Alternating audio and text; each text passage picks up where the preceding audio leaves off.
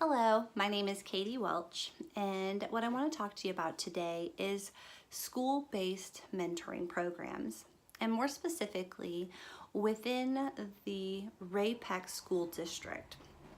And the reason why I chose the small community of the Ray Peck School District is because it's the schools that my children attend. And the whole thing that brought me to this topic was that my oldest daughter started 6th grade, began middle school this year. And within the first 2 months of her school year, a young man in her middle school chose to take his own life. And with this tragedy, the school, of course, rushed in with counseling and all of these different resources and mentoring programs to be able to help the students who were grieving the tragic loss of their fellow student. And so that got me thinking about just these programs that they were offering, and also, not just the effectiveness of their programs, but what they could do for the rest of the children in the school who may also be suffering. So what I did was I did some research on not just the effectiveness and the benefits that can be gained from these programs, but also ways to make the programs most effective, to really improve upon them, and then also ways to increase mentors coming in and volunteering, increase volunteers. And so what I want to do with this speech is just to give you an overview of why I believe schools really need to make a push to make this a bigger, more prominent thing that they really strive for. So first of all, what I want to do is talk about the programs that are available within the school district right now. So in the elementary schools, they have Tiger Buddies, which is a school designed. It is put on by the staff and administered through the counseling program, or through the counseling department of the school. So it's very school individual level. In the middle school, they actually partner with Big Brothers Big Sisters of Kansas City, which is a nationally recognized organization. And then in the high schools, they go back to partnering volunteers through the school counseling department.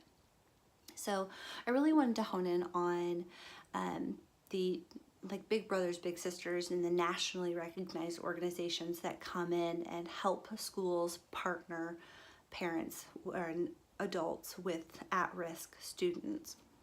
And so one of the things that I wanted to really focus in on is some of the research that I found that really speaks to what makes an organization most effective.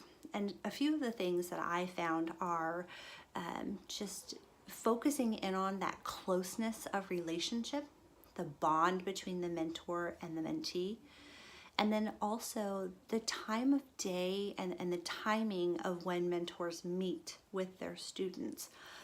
And then I also, throughout this, I also interviewed a friend of mine who is currently a mentor, and got his take on things as well.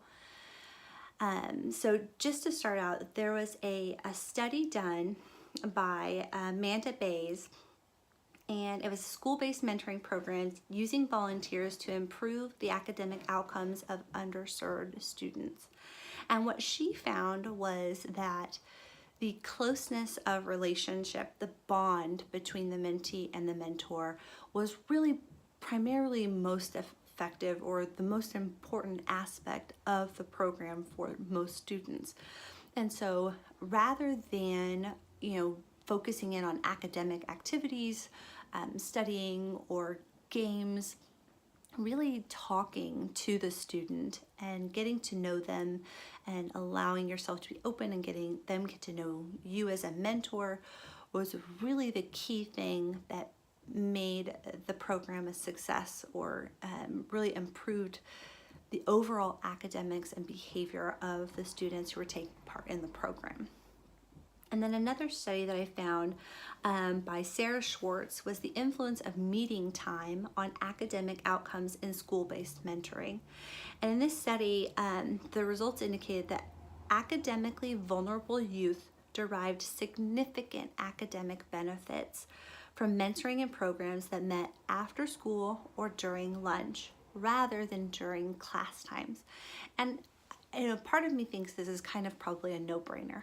But if you really think about the day and time in the day is short, and sometimes those mentoring programs may bleed into class times. And what she's saying is it's so important to allow the students to have that traditional class time and not interfere with that, because it can actually have a detrimental impact or a negative effect on those at-risk vulnerable students.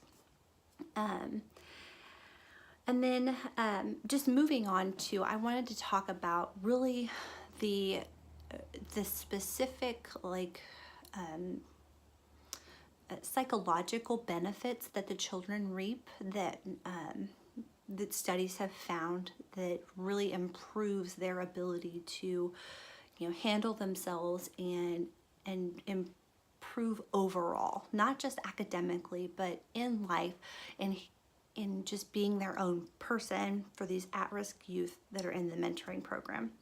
And one of the studies I found by Stella Kenshua was relational experiences in school-based mentoring. And what she found was, or she studied rejection sensitivity. And this was rejection sensitivity was something that the children who grew up in a home or with a family that maybe did not have a close, loving bonds younger in their younger formative years can develop a high rejection sensitivity, which basically anticipates rejection and over exaggerates the negative effects of it. May run from that rejection, that sense of that they may be rejected. And what they said was, in some cases, these perceptions, this high rejection sensitivity, inhibit the youth's capacity to assert their own needs and to establish productive, trusting relationships with peers, teachers, mentors, and others. And so one of the things that they studied was that enrolling an at-risk child who has this high rejection sensitivity in a mentorship program with an adult mentor who's there for them can actually reverse the effects of that high rejection sensitivity and improve their overall outcome and allow them to develop trusting relationships and operate in a more impactful way. And then also another study done by Jose Carlos Nunez was the study was called A Longitudinal Assessment of the Effectiveness of a School-Based Mentoring Program in Middle School. Obviously, I really liked this one because I was really focused on the middle schoolers. And one of the things that he studied was a educational tool called self-regulated learning, SRL. And basically that was the ability of students to really take control of their own learning. And what he said was, this research shows that students are trained in SRL strategies such as goal setting, note-taking, self-monitoring, activate higher levels of motivation and are more engaged in academic tasks as well as achieve better results. And his study actually goes on to link school-based mentorship programs to the ability to increase those SRL tactics in children, and being able to, if you focus on them being able to be independent, that actually improves their overall academic and behavioral just interactions in life. moving on now, what I really wanted to focus on my thesis is the improving or increasing the number of volunteers who participate in these school-based mentoring programs. And one of the things I wanted to do was just kind of touch on a couple of things that I believe schools need to focus on when they are looking to increase volunteers. And one of the things, studies I found was Paul Caltarella did a study called School-Based Mentoring, a study of volunteer motivations and benefits. It is not a very highly studied thing, and one of the only studies I found on really the volunteer motivations and how to speak to adults to really identify a way to, what motivates them to volunteer. One of the things he said is individuals volunteer in order to express important values such as humanitarian concern and altruism. Understanding this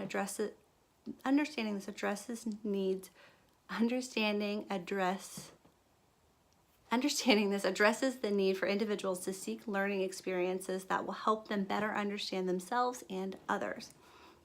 And so in my interview with John, the mentor that I know, he actually started mentoring students because he realized that there was a need. A lot of these at-risk students do not have fathers in their home, and so that was something that really spoke to John, to be able to step in as a male figure, role model, helping them to navigate life, to figure things out that they otherwise, don't have somebody there to walk them through life to do. And so really being able to tune into what motivates people and speak to those people in marketing and in, the push to be able to bring in more adults to increase the effectiveness of these programs, get more at-risk children matched up. Also, knowing the power of mentors' perceptions of students going in and their expected outcomes in the program. I loved this study done by Daviel LeKind. It's called Youth Mentoring Relationships in Context. Mentor perceptions of youth environment and the mentor role. And what he really studied was that mentors can face huge challenges going in to work with at-risk youth. You're talking about students who come from potentially violent homes or around, illegal activity. And what he said is stressors associated with poverty, unstable housing, unemployment, and family composition, stressful life, just daily hassles, these increased exposure to crime and violence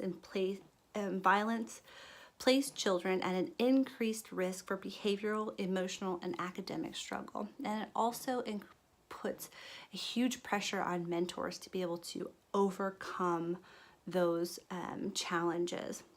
And one of the things in my interview with, going back to the interview with John Shellhorn, is that he talked about, the kids that he's worked with, he doesn't know that they would have been able to go on to college and really make something of themselves if he hadn't stepped in and really guided them away from all of what they're dealing with outside of the school system, to be able to really reach for something better. So throughout all of this, there are so many at-risk students who could really use an adult mentor to come alongside them and, help just be there for them, speak with them, show them love and respect. And I really believe that schools should definitely put a lot more resources, time, and effort into, looking at what programs would work best and reap the most benefit, and also how to structure the programs to really get the most out of them. And then also just marketing and pushing out the message that volunteers are needed. They're important, they're effective, and they improve the lives of our children. And also they improve the atmosphere and culture of a school, make them more safe, and just the ability to possibly save a child.